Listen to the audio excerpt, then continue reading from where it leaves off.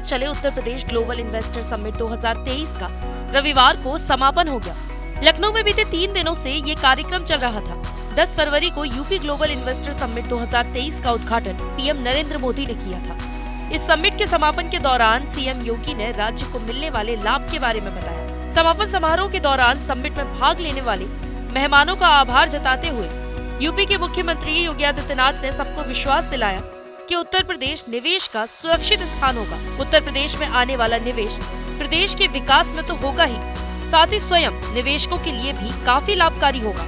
मुख्यमंत्री ने समिट की उपलब्धियों की जानकारी देते हुए बताया कि निवेश के इस वैश्विक महाकुंभ में 33.50 लाख करोड़ रुपए के निवेश प्रस्ताव मिले हैं। इसके बारे में किसी ने सोचा भी नहीं था। मुझे बताते हुए प्रसन्नता है कि इस निवेश महाकुंभ के अवसर पर उत्तर प्रदेश को 35,50,000 करोड़ रुपए के प्रस्ताव प्राप्त हुए हैं। 35,50,000 करोड़ रुपए के प्रस्ताव, जो उत्तर प्रदेश ने कभी इसके बारे में सोचा भी नहीं था कि इतने ज्यादा प्रस्ताव ये सभी सेक्टर्स को मिले हैं। मैडम, ये पहली बार हो रहा है। अब तक निवेश का मतलब केवल एनसीआर होता था, लेकिन ये पहली बार हो रहा है जब निवेश का मतलब सभी प्रदेश के 75 जनपदों में निवेश प्रदेश के अंदर हो रहा है। सीएम ने बताया कि समिट के माध्यम से हम 93 लाख युवाओं को नौकरी और स्वरोजगार देने में सफल होंगे। उन्होंने जोर देकर कहा कि देश के किसी भी राज्य की सबसे बड़ी अर्थव्यवस्था बनाने का लक्ष्य लेकर यूपी को $1 ट्रिलियन की अर्थव्यवस्था का प्रदेश बनाया जाएगा। उत्तर प्रदेश के अंदर 93 लाख से अधिक नौजवानों को नौकरी और रोजगार की सुविधा इसके माध्यम से उपलब्ध कराने में सफल होंगे। उत्तर प्रदेश असीम संभावनाओं वाला प्रदेश है।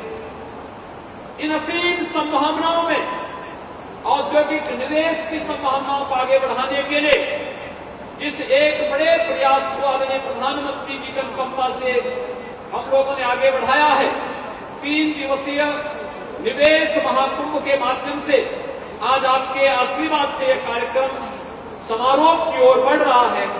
लेकिन ये समारोह नहीं, बल्कि नए भारत के औद्योगिक दृष्टि से एक विकसित उत्तर प्रदेश के बारे में, देश की सबसे बड़ी अर्थव्यवस्था का प्रतिनिधित्व करने वाले उत्तर प्रदेश के रूप में हम इसे वैश्विक समुदाय के सामने रखेंगे और आदरणीय प्रधानमंत्री जी की भावनाओं के अनुरूप उत्तर प्रदेश को आगामी कुछ वर्ष में $1 ट्रिलियन की इकोनॉमी के रूप में स्थापित करते हुए देश की सबसे बड़ी अर्थव्यवस्था के रूप में इसे स्थापित करने में हमें सफलता प्राप्त होगी। सीएम ने आगे कहा कि कमजोर समझे जाने वाले पूर्वांचल और बुंदेलखंड में भी भारी निवेश आया है। पूर्वांचल में 9.54 लाख करोड़ तथा बुंदेलखंड में 4.28 लाख करोड़ रुपए के निवेश प्रस्ताव मिले हैं। उन्होंने विश्वास दिलाया कि मंत्री समूह और प्रशासनिक अधिकारी मिलकर टीम भावना से सभी निवेश प्रस्तावों को व्यवस्थित तरीके से धरातल पर उतारेंगे। मुख्यमंत्री ने कहा कि उत्तर प्रदेश में दुनिया की सबसे उर्वरा भूमि है। दुनिया के किसी भी राज्य की सबसे बड़ी आबादी उत्तर प्रदेश में ही निवास करती है। सबसे बड़ी युवा शक्ति उत्तर प्रदेश में ही है।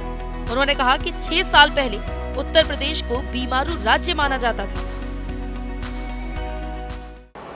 लेकिन आज से 6 वर्ष पहले तक उत्तर प्रदेश एक बीमारू राज्य के रूप में जाना जाता था। बीमारू होने का दंश झेलता था।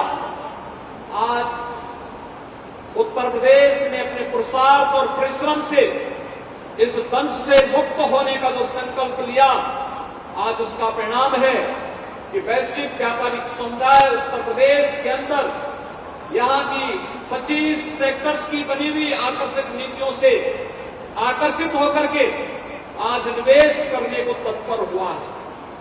मैं महामहिम राष्ट्रपति जी के ध्यानाकर्षण के लिए बात जरूर कहना चाहूंगा कि हमने जहां प्रधानमंत्री मोदी जी के रिफॉर्म, परफॉर्म और ट्रांसफॉर्म के उस मूल मंत्र को अंगीकार किया, अनेक सेक्टर्स की अपनी पारदर्शी नीतियों को ला करके व्यापारिक समुदाय के सामने पूरी पारदर्शिता के साथ कार्य करने और तकनीक का भरपूर उपयोग करने के लिए एक मंच दिया, 4 स्तंभों में हमने इसको व्यवस्थित रूप से आगे बढ़ाने का निर्णय लिया।